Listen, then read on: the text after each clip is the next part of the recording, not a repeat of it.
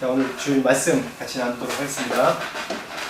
오늘 말씀은 제목은 내 계획을 내려놓고입니다. 그리고 말씀은 히브리서 3장 7절부터 14절이라고 했는데 19절까지 말씀 읽겠습니다. 7절부터 다 같이 읽겠습니다. 시작. 그러므로 성령이 이르신 바와 같이 오늘 너희가 그의 음성을 듣거든 광야에서 시험하던 날에 거역하던 것 같이 너희 마음을 완고하게 하지 말라. 거기서 너희 열조가 나를 시험하여 증언하고 40년 동안 나의 행사를 보았느니라. 그러므로 내가 이 세대에게 노하여 이르기를 그들이 항상 마음이 미혹되어 내 길을 알지 못하는도다 하였고, 내가 노하여 맹세한 바와 같이 그들은 내 안식에 들어오지 못하리라 하였느니라. 형제들아, 너희는 삼가 혹 너희 중에 누가 믿지 아니하는 악한 마음을 품고 살아계신 하나님에게서 떨어질까 조심할 것이요, 오직 오늘이라 일컫는 동안에 매일 피차 권면하여 너희 중에 누구든지 죄의 유혹으로 완고하게 되지 않도록 하라. 우리가 시작할 때 확신한 것을 끝까지 견고히 잡고 있으면 그리스도와 함께 참여한 자가 되리라. 성경에 이르렀으되 오늘 너희가 그의 음성을 듣거든 경노하시게 하던 것 같이 너희 마음을 완고하게 하지 말라 하였으니, 듣고 경노하시게 하던 자가 누구냐? 모세를 따라 애굽에서 나온 모든 사람이 아니라 또 하나님이 40년 동안 누구에게 노하셨느냐? 그들의 시체가 광야에 엎드러진 범죄한 자들에게가 아니냐? 또 하나님이 누구에게 맹세하사 그의 안식에 들어오지 못하리라 하셨느냐? 곧 인정하지 아니하던 자들에게가 아니냐? 이로 보건대 그들이 믿지 아니함으로 능히 들어가지 못한 것이라. 아멘. 아멘.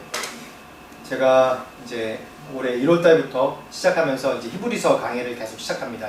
1장부터 계속 하는데, 이 히브리서를 간단하게 다시 소개하면 신약의 레위기라고도 얘기해요. 그만큼 이제 이 히브리서 자체가 제목과 마찬가지로 히브리인들을 향해서 쓴 책입니다. 이 책이. 그래서 이 독자 대상이 유대인으로서, 히브리인으로서 예수 그리스도를 믿는 개종한 자들을 이제 향해서 쓴 이 서신인데, 이 서신이 당시 상황이 어떠냐면, 이제 우리가 이 성경의 배경을 알다시피 로마의 배경입니다. 로마의 배경에서 그 아주 큰 박해가 계속 있었던 거예요. 그 박해 가운데서 이제 유대인으로서 그리스도인이 된 이 크리스찬들이 너무 이 안에 갈등과 고통을 많이 겪는 거예요. 왜냐하면 로마 시대의 제국 시대가 그 나라를 제국을 지배할 때는 어떠냐면, 각 민족의 종교를 인정해요. 그 문화를 인정하고. 그런데 그것과 같이 유대교도 이 이스라엘 민족의 종교로 또 그 제도로 인정을 했어요. 그런데 로마 시대 당시에 이 그리스도인들이 박해받은 거 우리가 다 알지 않습니까? 유대교인인데 그리스도인. 그러니까 박해를 심하게 받은 거예요. 로마인한테만 박해받는 것이 아니라 같은 유대교인들한테, 히브리인들에게도 박해를 동시에 받는 거예요. 그래서 어디 빠져나갈 구멍이 없어요, 이들. 그런 상황 가운데 얼마나 이 히브리서 배경, 로마가 얼마나 심하게 박해를 했냐면, 단순히 그냥 때려 죽이고 그런 것이 아니에요. 그 이상이. 우리가 보는 원형 경기장 그냥 사제에 물어뜯고 죽이고 그것도 무섭고 힘든데, 그거 이상으로 모욕과 수치와 그런 것들을 더 많이 줬던 거예요. 그런 상황 가운데 그래도 이때 그리스도인도, 지금도 우리도 마찬가지지만 예수 그리스도를 만나고 그 삶 가운데 예수 그리스도를 주로 시인한 자들은 마음에 변치 않은 믿음이 있어요. 상황이 흔들리지 않는 믿음이 있어요. 그런데 얼마나 힘들고 어려웠으면 이 예수 믿는 자로서 이 유대인 이들에게 너무 마음에 갈등이 있는 거예요. 다시 한번 유대교로 돌아갈까 하는 신적인 갈등과 어려움 가운데 이 1장부터 히브리서 1장부터 지금 쭉 이제 빌드업 해오는 과정이에요. 그 과정이 뭐냐면 예수 그리스도가 누구신지. 왜냐하면 유대인들은 이 율법에, 성경에 정통한 사람들이에요. 왜냐하면 이 그 이스라엘의 법이나 모든 것 자체가 율법에 기반으로 해서 그 사회 전반적인 상황들이 율법에 그런 따르는 그런 상황이기 때문에 이 사람들은 그냥 태어나서부터 이 율법과 구약 선지자들의 그런 그 예언과 모세 오경과 그런 것에 종토한 사람들이에요, 다. 그런데 갑자기 예수님께서 딱 나셔서 메시아다라고 또 사람들이 증거하고 또 부활하고 승천하셨어요. 그래서 유대인들은 배격했죠. 이 사람은 메시아가 아니다. 근데 이 유대인으로서 그리스도인들은 예수님 만났던 사람이에요. 살아생전에 본 사람도 있고 또 예수님을 만났던 사람이에요, 정말. 그래서 예수님이 메시아라는 거 아는데, 체험하고 경험해서 아는데 신앙으로, 그런데 이 현실의 삶은 어때요? 박해와 고난과 어려움 가운데 있어요. 그러다 보니까 이 신앙도 점점 흔들리는 거예요. 그래서 사도 바울, 히브리서 배경은 뭐 사도 바울이 썼다는 사람도 있고 여러 학자들의 견해가 많아요. 근데 이 글을 쓴, 이 히브리서 쓴 이 편지를 쓴 분이 이러한 믿음이 흔들리는 히브리인들에게, 유대인들에게, 예수 믿는 유대인들에게 어떠한 확실한 증거인지, 예수가 왜 확실한 증거인지 정확하게 설명해 준 거예요, 율법적으로. 그리고 오늘 말씀은 이 너희들의, 그러니까 유대인들의 선진들이 어떻게 하나님의 명령을 불순종하고 어떠한 그런 갈등 가운데서 또 가나안으로 입성하게 됐는지 또 입성하지 못하게 됐는지 거기에 대해서 말씀을 설명해 주는 거예요. 그래서 첫째는 히브리 유대인들에게 쓴 거고 또 이 흔들리는 유대인들에게 쓴 겁니다. 우리의 신앙은 어떻게 보면 그냥 단순히 우연으로 믿는 그런 신앙이 아닙니다. 한번 잠깐 믿어가지고 그냥 천국 가는 그런 신앙이 아니에요. 우리의 신앙은 우리의 삶 전체를 통해서 내가 영적 전쟁을 계속 해야 되는 신앙입니다. 그게 이 신앙이에요. 삶 전체가 고난일 수밖에 없어요. 그 고난 가운데 내가 천국을 발견하고 천국의 삶을 살아가는 게 그게 바로 우리의 신앙입니다. 그런 거에 비해서는 지금 현재 우리가 살고 있는 삶에 비해서는 당시 이 히브리서를 읽는 원독자의 삶은 뭐 물리적으로 굉장히 더 힘든 상황이었죠. 굉장히 힘든 상황이었습니다. 그런데 이 가운데 어떻게 이들에게 이 어려움 가운데 있는 이 그리스도인 유대인들에게 어떻게 정확하게 너희의 조상들이 어떠한 실수로 어떠한 믿음으로 선택했기에 그 가운데 통과할 수 있었고 그런 갈등 가운데 믿음을 또 저버렸는지 어떻게 해야 되는지에 대해서 설명하겠습니다. 결론적으로는 16절부터 17절 말씀 한번 보겠습니다. 이 끝절 말씀에 좀 더 이제 결론적인 내용들이 나오는데 우리 결론적인 내용을 먼저 말씀을 나누고 그리고 이제 하도록 할게요. 16절 17절 같이 읽어보겠습니다. 시작. 듣고 경노하시게 하던 자가 누구냐? 모세를 따라 애굽에서 나온 모든 사람이 아니냐? 또 하나님이 40년 동안 누구에게 노하셨느냐? 그들의 시체가 광야에 엎드러진 범죄한 자들에게가 아니냐? 여기에서 중요한 단어가 경노하게 하시던 자가 누구냐? 그 사람이 누구죠? 애굽에서 나온 모든 사람들이라고 했죠. 누구예요? 그 애굽에서 나온 모든 사람들이? 이 유대인들의 조상들, 지금 현재 이 히브리서를 읽는 이 유대인 그리스도인들의 조상들을 말하는 거 아니에요? 어떻게 했죠? 40년 동안 누구에게 노하였느냐? 40년 동안 하나님이 이 히브리 노예들을 이집트에서 나오게 한 이유가 뭐예요? 하나님의 노예를 삼으려고 한 겁니까? 아니죠. 자녀로 삼으시려고 한 거죠. 아니에요. 하나님의 나라를 삼으시려고 한 게 아니에요. 그렇죠? 하나님의 나라를 삼으시려고, 하나님의 백성을 삼으시려고, 하나님의 자녀를 삼으시려고 이 노예, 아무것도 없는 이 노예 생활에서 뭔가 기적을 통해서 끄집어내신 거 아니에요. 그런데 이 사랑의 대상이 어떻게 변했어요? 경노의 대상이 있단 말이에요. 경노의 대상. 사랑과 증오는 이 한 끗 차이입니다. 맞죠? 사랑과 증오는 한 끗 차이입니다. 사랑하지만 증오한다 그러면 애증이라고도 얘기하죠. 애증. 그건 인간의 애증이고, 근데 하나님의 애증은 달라요. 하나님의 경로는 뭐냐면 마치 우리 인간 세상에 비유할 수 있는 건 부모가 자녀를 사랑하는 거나 사랑하는 거로 많이 비유할 수 있어요. 그 하나님 사랑은 더 크고 넓으신 사랑이죠. 자녀를 경노하고 야단치고 그러지만 그 야단이 무슨 야단이에요? 사랑하기 때문에 하는 경노고 야단이에요.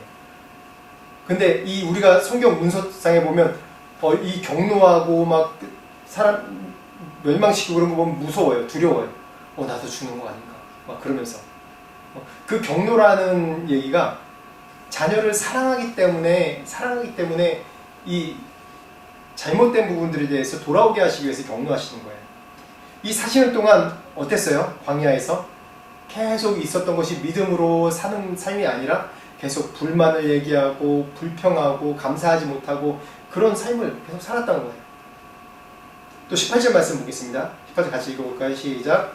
또 하나님이 누구에게 맹세하사 그의 안식에 들어오지 못하리라 하셨느냐 곧 순종하지 아니하던 저들에게가 아니냐. 이스라엘 백성들이 하나님께서 자녀 삼으시려고 다 출애굽했는데 이 사람들이 하나님의 자녀인데 다 가나안 들어가는 게 맞잖아요. 그렇죠? 그렇게 돼야지. 근데 다 들어갔어요? 못 들어갔어요. 딱 2명만 빼놓고. 모세조차도 못 들어갔어요. 하나님은 공의의 하나님입니다. 하나님의 자녀 삼았다고 해서 무조건 다 천국 가는 거 아니에요. 그거 잘 알아야 돼요. 우리가 하나님 자녀라고 해서 무조건 다 천국 가는 거 아니에요. 왜냐하면 이 출애굽에서 가나안의 그런 비유를 성경에서 비유를 어떻게 비유를 드냐면 가나안을 천국이라고 많이 좀 비유를 해요. 출애굽 우리의 인생의 비유에서 애굽에서 구원해 내시고 우리 인생의 광야 가운데 살면서 그 가운데 우리가 믿음의 삶을 또 가나안의 삶을 연습하는 거, 천국의 삶을 연습하는 겁니다. 그래서 가나안에 입성하는 걸 천국에 입성하는 거라고 그렇게 비유를 많이 합니다. 그래서 여기서도 똑같이 얘기해요. 하나님이 누구에게 맹세하다 그의 안식에 들어가지 못하리라 하셨느냐. 안식이란 건 여기서 가나안을 얘기하는 거예요. 최종 목표는 아니지만 이 성경에서 비유를 할 때 가나안은 천국, 안식이라고 표현을 합니다. 지금 히브리서에서. 그래서 이 히브리서 기자가 이 경고하는 것이 뭐냐면 너희가 자녀라고 그래서 너희가 예수 그리스도를 만났다고 그래서 너희가 선택받은 유대인이라고 해서 다 그냥 천국에 가고 너희 조상들 봐라. 가나안에 다 입성하지 않고 딱 2명밖에 입성하지 못했지 않냐. 믿음이라는 것이 너희들이 예수 믿는다는 것이 그냥 믿는다고 고백 하나만으로 우리가 천국 가는 거지만 그 광야의 여정 가운데 너희들이 어떠한 삶을 선택하느냐에 따라서 너희들이 천국 가는지 안 가는지 결정되는 거다 라고 이 히브리서 기자는 유대인들에게 그리스도 유대인들에게 경고하는 거예요. 그래서 19절 말씀 한번 볼까요? 시작. 이로건대 그들이 믿지 아니함으로 능히 들어가지 못한 것이라. 그래서 딱 결론 나오죠. 뭐라고요? 믿지 아니함으로 능히 들어가지 못하느라 얘기하고 있어요. 믿지 아니함으로. 믿지 않는다는 것은 뭐냐면 불순종한다는 거예요. 하나님께서 분명히 가나안 땅에 대해서 말씀하셨고 너희들의 약속의 땅으로 인도한다고 말씀하셨어요. 하나님의 약속은 확실해요. 명확해요. 그리고 굉장히 효율적이에요. 그런데 왜 이렇게 40년 동안 광야를 돌죠? 불순종했기 때문에. 하나님의 길을 선택하지 않았기 때문에, 하나님의 방법을 선택하지 않았기 때문에 40년 동안 광야의 생활을 했다는 이 결론입니다. 그래서 다시 돌아가서 우리 처음부터 한번 7절 말씀부터 한번 볼까요? 7절부터 11절 말씀 다시 한번 읽어보겠습니다. 시작. 그러므로 성령이 이르신 바와 같이 오늘 너희가 그의 음성을 듣거든 광야에서 시험하던 날에 거역하던 것 같이 너희 마음을 완고하게 하지 말라. 거기서 너희 열조가 나를 시험하여 증언하고 40년 동안 나의 행사를 보았느니라. 그러므로 내가 이 세대에게 노하여 이르기를 그들이 항상 마음이 미혹되어 내 길을 알지 못하는도다 하였고 내가 노하여 맹세한 바와 같이 그들은 내 안식에 들어오지 못하리라 하였느니라. 이 7절부터 11절 말씀이 어디를 인용한 거냐면 시편 95편을 인용한 겁니다. 그대로 인용했어요. 몇 가지 단어만 빼놓고 그대로 다 인용한, 거의 비슷하게 인용한 내용. 이 다음 절 95편 말씀 볼 건데, 왜 이 95편 말씀을 인용했냐면, 성경은 시편은 여러 이 시편 기자들이 있어요. 다윗 왕도 있고 솔로몬도 있고 뭐 여러 왕들이 있어요. 그 왕들이 이때 이 말씀이 이 출애굽할 때 어떠한 일들을 정확하게 역사적으로 이제 이 비유를 통해서 기록한 내용입니다. 그래서 이 유대인들, 그러니까 히브리인들에게는 이 시편 말씀 딱 들여밀면 알아요. 아, 이 말씀이 어떠한 의미지, 어떠한 확실성과 어떠한 파워가 있는지 정확히 아는 거예요. 우리에게 이순신은 어떤 의미예요? 알잖아요. 그렇죠? 그래서 어떤 무슨 대처 그러면 자세하게 모르지만 결론은 알아요. 뭐죠? 외부를 무찌른 거. 뭐 노량해전, 뭐 명량해전, 그러면 그 해전의 디테일한 건 몰라도 뭐예요? 딱 알아요. 뭔가. 그렇듯이 유대인들에게 이 시편 95편 그러면, 아, 출애굽할 때 어떠한 일이 있어서 이 시편 기자가 안식에 대해서 얘기하고, 시편 기자가 이 가나안 땅에 들어가는 것이 우리의 믿음의 여정의 어떤 과정이구나라는 걸, 그 내용을 정확하게 알아요. 그래서 이 말씀을 정확하게 인용을 하는 겁니다. 그러면서 시편에도 동일하게 얘기하지만 7절 말씀에 이른 바와 같이 오늘 너희가 그의 음성을 듣거든 이라고 분명히 얘기합니다. 오늘 너희가 그의 음성을 듣거든. 광야에서 시험하다 거역했던 그런 완고한 마음을 기억하라고 얘기하고 있어요. 그래서 시편 95편 말씀 정확하게 어떻게 인용되는지 한번 같이 읽겠습니다. 95편 7절부터 11절 말씀 인용했는데 같이 읽어보겠습니다. 시작. 그는 우리의 하나님이시오. 우리는 그가 기르시는 백성이며 그의 손이 돌보시는 양이기 때문이라. 너희가 오늘 그의 음성을 듣거든 너희는 무리바에서와 같이 또 광야의 마사에서 지냈던 날과 같이 너희 마음을 완악하게 하지 말지어다. 그때 너희 조상들이 내가 행한 일을 보고서도 나를 시험하고 조사하였도다. 내가 40년 동안 그 세대로 말미암아 근심하여 이르기를 그들은 마음이 미혹된 백성이라 내 길을 알지 못한다 하였도다. 아멘. 여기도 동일하게 7절 말씀에 너희가 오늘 그의 음성을 듣거든 이라고 얘기하고 있습니다. 오늘 그의 음성을 듣거든. 이 오늘이라는 단어가 시편 기자가 썼을 때 당시랑 지금 이 히브리서 기자가 썼을 때 당시랑 같은 오늘이에요. 오늘. 좀 어렵지만 이 시제로 얘기하면 오늘이에요. 둘 다. 그 얘기는 뭐냐면 이 성경에 나온 얘기는 과거의 얘기가 아니라 지금 우리 현실에서도 적용되는 동일한 내용이라는 거예요. 2000년, 3000년 전에 있었던 그런 기적과 그 백성들이 고민했던 삶과 지금 우리가 고민했던 삶이 그대로인 거예요. 더하지도 않고 덜하지 않고 상황만 바뀌었다 뿐이지, 물리적인 환경만 바뀌었다 뿐이지 우리의 인간의 고민과 고난과 어려움, 믿음의 여정은 같다는 겁니다. 그래서 시편 기자도 오늘 너희가 그 음성을 듣거든 이라고 얘기하고 히브리서 기자도 오늘 너희가 그 음성을 듣거든 이라고 얘기를 해요. 그래서 성경 읽으면서 우리가 큐티하면서 이게 옛날 일이 아니라 지금 내 것이라고 고백할 수 있는 겁니다.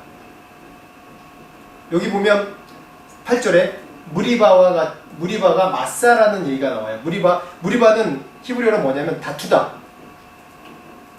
그리고 마사라는 거는 뭐냐면 시험하다. 다투다, 시험하다. 하나님과 다투면서 시험하다라는 그런 내용이에요. 왜 그랬냐면 이들의 마음에 미혹됐다고 성경에는 나와 있어요.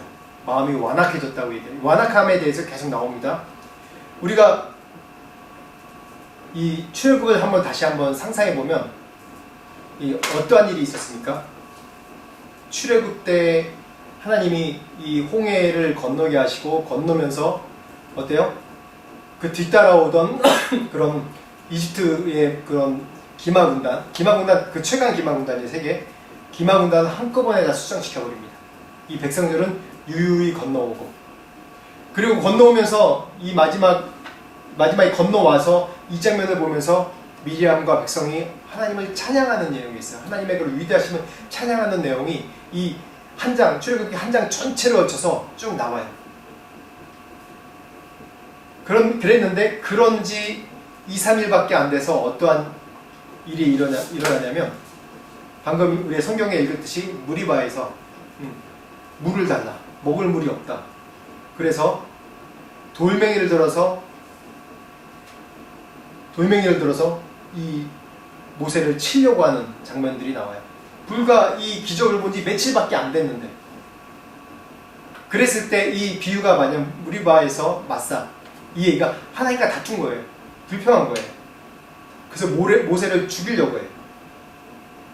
그래서 하나님은 그때 비유를 얘기해서 이런 다투었다, 싸웠다 그런 얘기를 뭐냐면 이스라엘 백성이 나랑 다투었다라는 비유로 성경이 계속 얘기하고 있습니다. 그게 결론적으로 뭐냐면 이 얘기를 우리가 지금 우리에게 빗대어서 보면 우리의 계획과 하나님의 계획은 전혀 다르다는 거예요. 우리의 방법과 하나님의 방법은 전혀 달라요. 우리가 상상할 수 없는 방법으로 하나님은 우리를 인도하세요.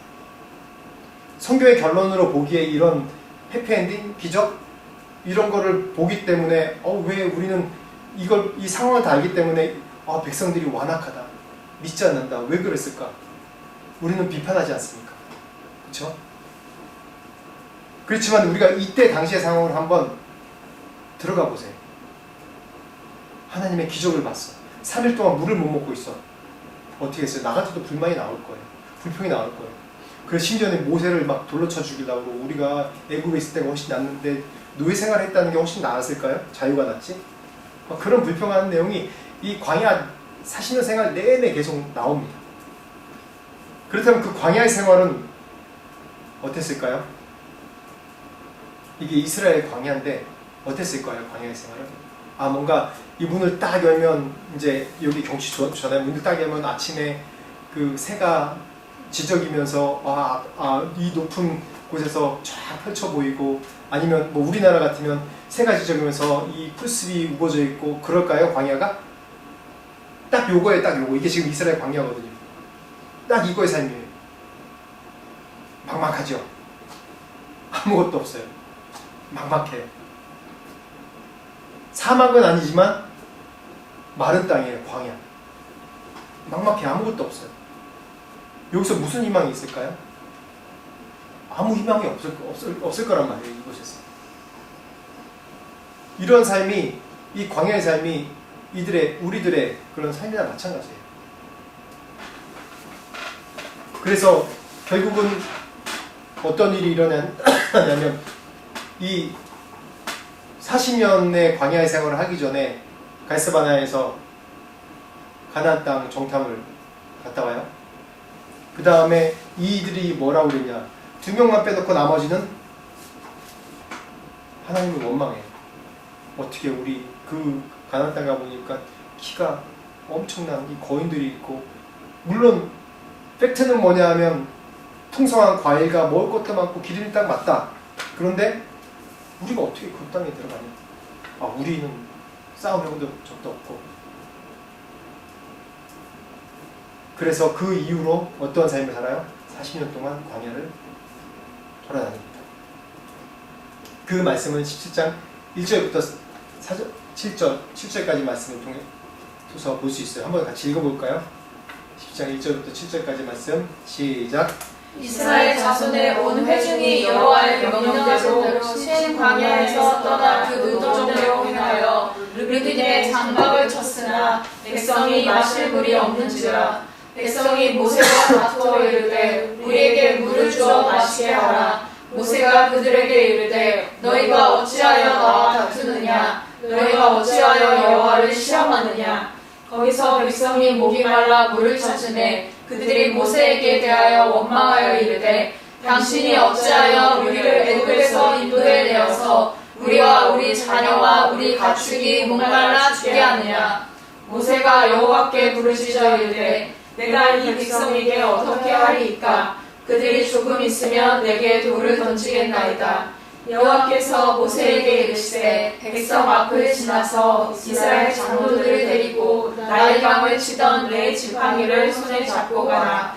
내가 호렙산에 있는 그 반석 위 거기서 내 앞에 서리니 너는 그 반석을 치라. 그것에서 물이 나오리니 백성이 마시리라. 모세가 이스라엘 장로들의 목전에서 그대로 행하니라. 그가 그곳 이름을 마사 또는 무리바라 불렀으니 이는 이스라엘 자손이 다투었으니요 또는 그들이 여호와를 시험하여 이르기를 여호와께서 우리 중에 계신가 안 계신가 하였음이더라. 아멘. 이 사건을 통해서 이 사건이 그 르비딤 무리바 사건이 이때만 일어난 것이 아니라 계속해서 이 40년 여정 가운데 계속 이런 사건, 비슷한 사건들이 일어납니다. 불순종하고 불평하는 사건들이. 근데 이러한 같은 패턴들이 왜 일어날까? 이 백성들에게 왜 이런 같은 패턴들의 불평과 불만들이 왜 일어날까?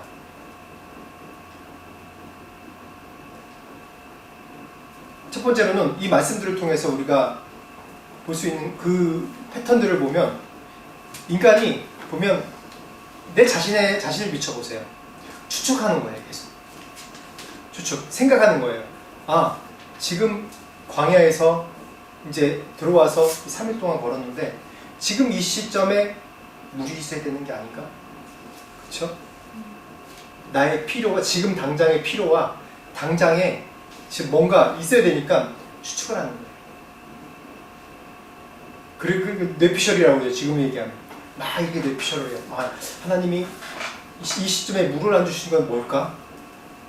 물을 안 주시는 거면 우리 이 백성들이 우리가 노예 생활하니까 너무 쓰잘데기 없고 쓰레기 같으니까 광야에서 죽이려고 하나? 이렇게 목말라 죽이게 하나? 이집트의 그런 화려한 그 나라에서 그 이스라엘 그 이집트 신들이 아주 화려하고 좋은데 그 이집트 신들이 하나님은 아니고 이집트 신들이 지금 우리를 광야에서 죽게 하려고 하나? 저주받는 건가?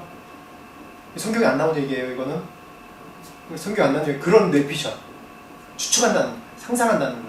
상상의 나래가 긍정적인 상상의 나래가 아니라 한번 여러분 생각해 보세요. 어떠한 불확실한 사건이 발생되면 그냥 상상의 나래를 피는데 어떤 상상의 나래냐면 뭔가 희망적이고 소망적인 게 아니라 절망적이고 안 될 것만 생각을 해요. 안 될 것만. 그게 우리의 인간의 모습이에요. 불안한 거예요. 두렵고 불안한 거예요. 계속 추측을 해요. 그래서 이게 아닌가? 이게 아닐 텐데 왜 이게 안 되지? 그러다가 어떤 마음이 생겼냐면 뭐예요? 조급한 마음이 생겨요. 지금 목마른데 어떡하지? 이제 죽겠는데 어떡하지?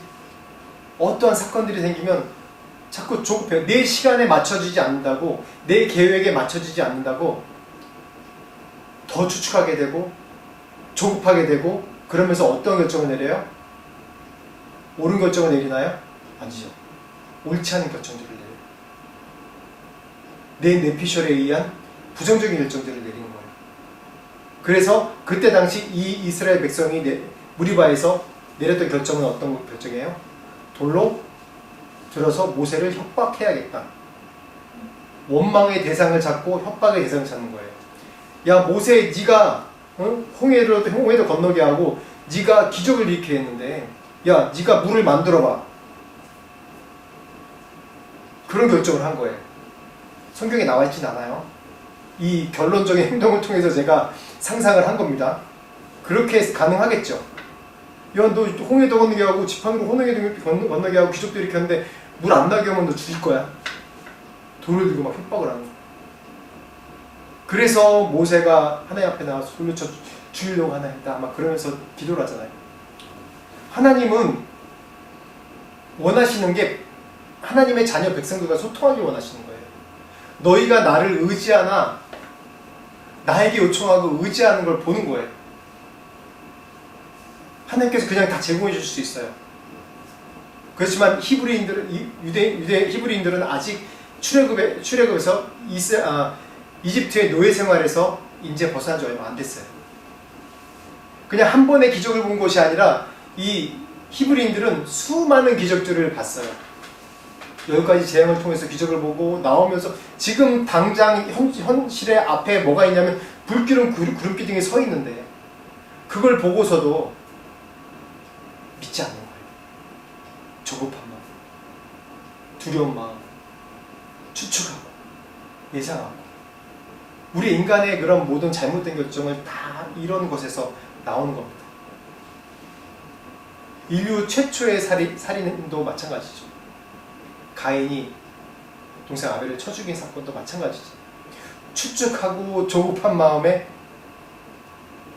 분노해서 거기에 발현되는 게 분노도 나올 수 있고 여러 가지 감정이 나올 수 있어요. 대부분 분노가 나오죠. 그래서 쳐 죽이는 사건이 일어났죠. 이 가인이 자기가 잘못했으면 어떻게 했어야 돼요? 올바른 선택은? 우리들의 올바른 선택은? 올바른 선택은 뭐예요? 하나님 앞에 나와서, 그렇죠? 내가 잘못했습니다. 제가 뭘 잘못했나요? 물어봐야지. 하나님 앞에. 하나님 앞에 나와야지.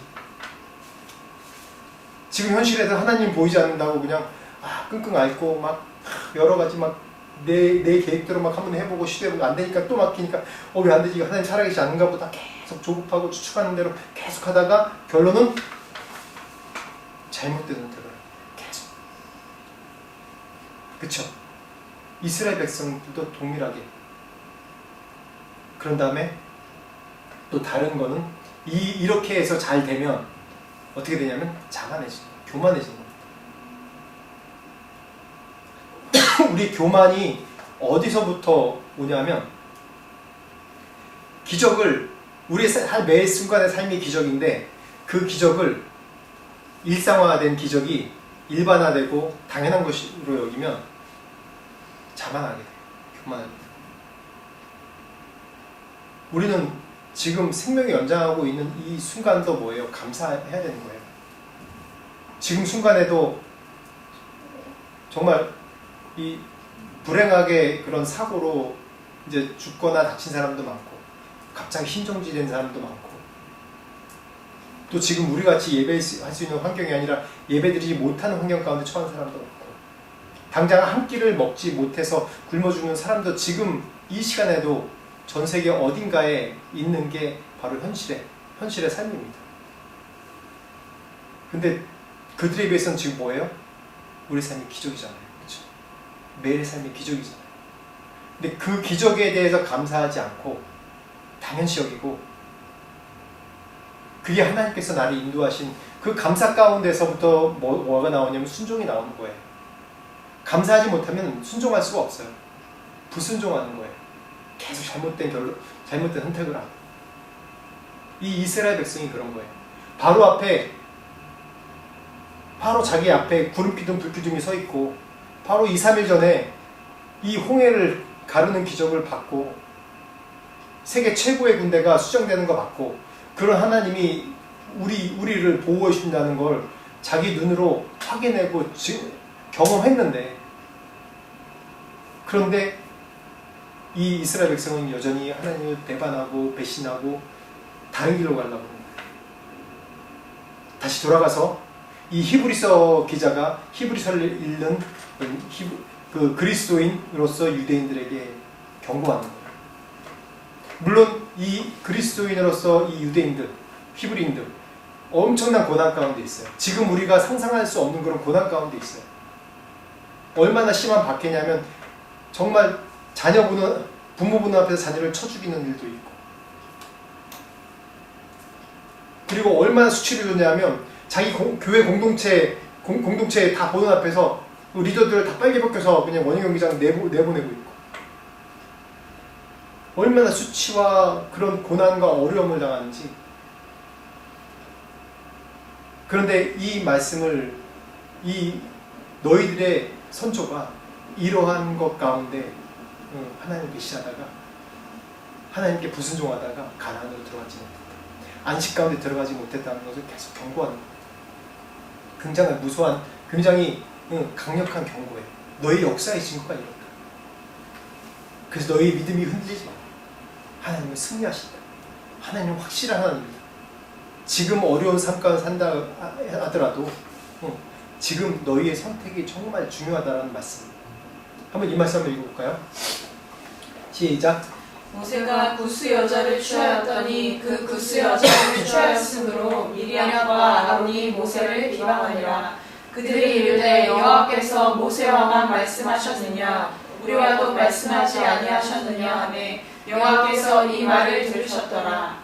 16장 1절이죠. 시작. 레위의 증손 보아스의 손자 이스라엘의 아들 고라와 루벤 자손 엘리압의 아들 다단과 아비람과 벨렛의 아들 온이 당을 짓고 이스라엘 자손 총회에서 택함을 받은 자 곧 회중 가운데에서 이름 있는 지휘관 250명과 함께 일어나서 모세를 거스르니라. 네, 이게 자만, 이 백성들이 자만하고 교만해진 마음에 이 기적을 일상으로 삼지 않고 감사하지 않고 이렇게 그 안에서 대적하고 하나님을 대적하는 이 일을 하나님께서는 하나님 이들이 나와 다투었다라고 성경에서는 이렇게 얘기를 하고 있어요. 그래서 다음 말씀 봅시다. 13절, 15절, 16절, 17절 오늘 히브리서 말씀에 나온 말씀 봅시다. 시작.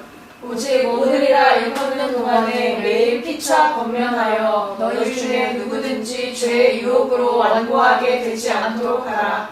성경에 이르렀으되 오늘 너희가 그의 음성을 듣거든 경노하시게 하던 것 같이 너희 마음을 완고하게 하지 말라 하였으니 듣고 경노하시게 하던 자가 누구냐? 모세를 따라 애굽에서 나온 모든 사람이 아니냐? 또 하나님이 40년 동안 누구에게 노하셨느냐? 그들의 시체가 광야에 엎드러진 범죄한 자들에게가 아니냐? 아멘. 완고하게 하지 말라. 너의 죄악으로 완고한 마음은 이 계속 얘기하지만 완고한 마음은 내 자신의 추측과 조급함과 또 하나님을 신뢰하지 않는 그런 마음 때문에 불안한 마음 때문에 불평하고 불만하고 하면서 감사하지 않는 마음이 정말 나오기 때문에 마음이 점점 완고해지고 완고하다는 얘기는 자기 고집으로 꽉 찼다는 얘기예요. 자기 계획으로 꽉 찼다는 얘기예요. 다시 얘기하면 자기 생각으로 꽉 찼다는 얘기예요. 다른 사람의 의견이나 하나님의 의견조차도 듣지 않으려고 하는 마음이 완고한 마음입니다. 그래서 14절, 18절, 19절 다시 한번 읽어볼게요. 시작. 우리가 시작할 때 확신한 것을 끝까지 견고히 잡고 있으면 그리스도와 함께 참여한 자가 되리라. 또 하나님이 누구에게 맹세하사 그의 안식에 들어오지 못하리라 하셨느냐? 곧 순종하지 아니하던 자들에게가 아니냐? 위로 보건대 그들이 믿지 아니함으로 능히 들어가지 못한 것이라. 아멘. 우리가 확신한 것을 어떻게 해요? 끝까지 견고하게 잡고 있으면 그리스도와 함께 참여한 자가 되리라 라고 얘기하고 있습니다. 이 독자들에게 분명히 얘기한 거예요. 너희들이 만난 예수 그리스도, 너희가 믿는 예수 그리스도, 너희들이 경험한 예수 그리스도, 그 믿음, 그 사랑, 그 첫사랑 잡고 끝까지 잡고 있어라. 변치 말아라. 이게 이 불확실하고 추측하고 불확실한 미래 때문에 너희가 조급하게 있다가 하나님과 다투었던 그런 너희 조상같이 되지 말아라. 믿음을 견고하게 잡고 있으라 라는 얘기입니다. 그래서 마지막으로 이 말씀으로 여러분들에게 좀 얘기하고 싶습니다. 말씀 같이 읽읍시다. 시작. 여호와께서 모세와 아론에게 말씀하여 이르시되 나를 원망하는 이 악한 회중에게 내가 어느 때까지 참으랴. 이스라엘 자손이 나를 향하여 원망하는 바 그 원망하는 말을 내가 들었노라.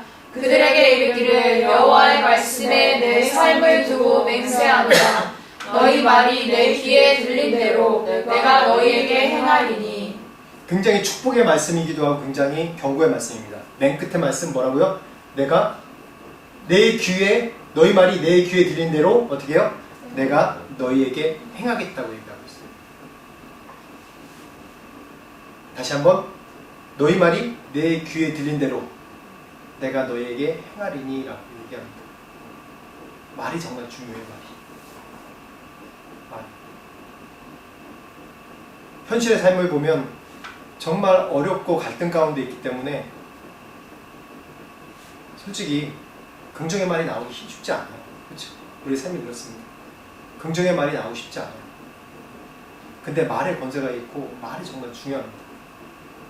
지금 가데스바네 앞에서 이 12정탐꾼을 보낸 다음에 와서 2명만 빼놓고 나머지는 뭐라고 그래요? 다 불평하잖아요. 왜 우리를 이곳에 이끌어와서 넘지 못할 이 가나안의 산을, 이 장대한 우리가 이기지도 못할, 정복하지도 못할, 땅도 밟아보지 못할 것 같은 그림에 똑같은 그런 일들을 왜 우리에게 주셨는지 원망을 해요. 조심해야 돼요. 네 귀의 딘대로 내가 너에게 행하리라. 그렇게 불평하던 자들은 다 어떻게 됐어요? 하나님의 안식에 들어가지 못했어요. 불평하던 자 모든 자들이 그 200만 넘는 사람들이 다 광야에서 죽었어요. 다 광야에서 죽었어요. 정말 조심해야 돼요. 그래서 내 말에 소망의 말을 하고 내 입에 내 생각이 이렇다고 할지라도 하나님 나에게 비전을 주세요. 소망을 주세요. 현실의 삶은 어렵더라도 힘듭니다. 죽고 싶어요. 그렇더라도 하나님 저에게 소망을 주세요. 소망으로 채워주세요. 주님의 은혜와 사랑으로 채워주세요. 그리고 선포하는 겁니다. 분명히 그랬어요. 여기서 이 당시 히브리인들은 유대인들은 이 말이 무슨 얘기인지 알아요. 정확하게 알아요. 우리 조상들이 그렇게 불평하다가 40년 동안 정말 쉬운 말로 광야에서 뺑뺑이 돌다가 들어가야 되는데 뺑뺑이 돌다가 죽었어요. 다. 그러한 비참한 일들이 일어났어요. 하나님이 선택하시고 사랑하신 백성, 피값으로 끄집어낸 백성들조차도 죽었단 말이에요. 하물며 우리는 같죠? 똑같죠? 하물며 우리는. 그래서 우리의 인생이 앞으로 여러분들은 앞으로 인생을 더 많이 살아야 되는데 인생의 굴곡과 고난이 항상 있어요.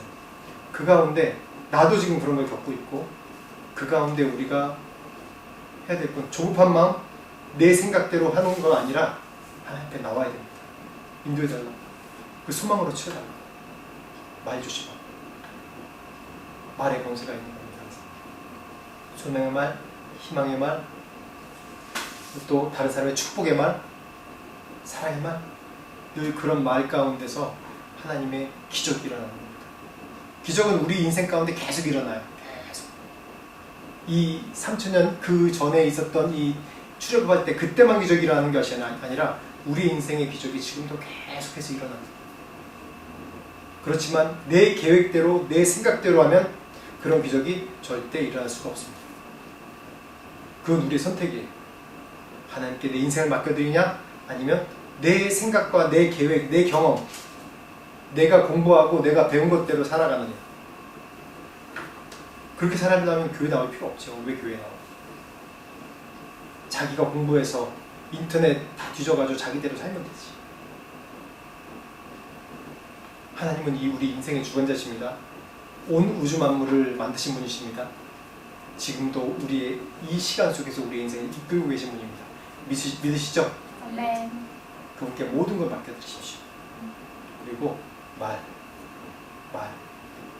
내 말한 대로 행한다고 하셨습니다. 축복의 말하십시오. 기도하겠습니다. 하나님 감사합니다. 오늘도 이 말씀을 통해서 우리에게 또 경고하시고 또 인도하시고 축복하셔서 감사합니다. 하나님, 우리가 이스라엘 백성들처럼 출애굽해서 불평하던, 그래서 안식 가운데 들어가지 못했던 이스라엘 백성처럼 조급한 마음과 또한 내 생각대로 내 계획대로 되지 않는다고 불평하는 마음, 불순종하는 마음이 있었다면 용서해 주시고, 하나님 이제는 우리가 주님은 이미 모든 것을 이루셨고 우리에게 이미 승리를 주시고 우리에게 이미 안식을 허락하신 하나님의 그런 축복을 우리가 믿음으로 취하고 우리 입으로 선포할 수 있도록 우리 인도하여 주시옵소서. 지금은 우리 주 예수 그리스도의 은혜와 하나님 아버지의 무한하신 사랑과 성령님의 감화 감동의 역사하심이 믿음으로 주님의 영원한 천국인 가나안을 또 그 안식을 취하고자 하는 모든 자들에게 지금부터 영원토록 함께 하시길 간절히 축원하옵나이다.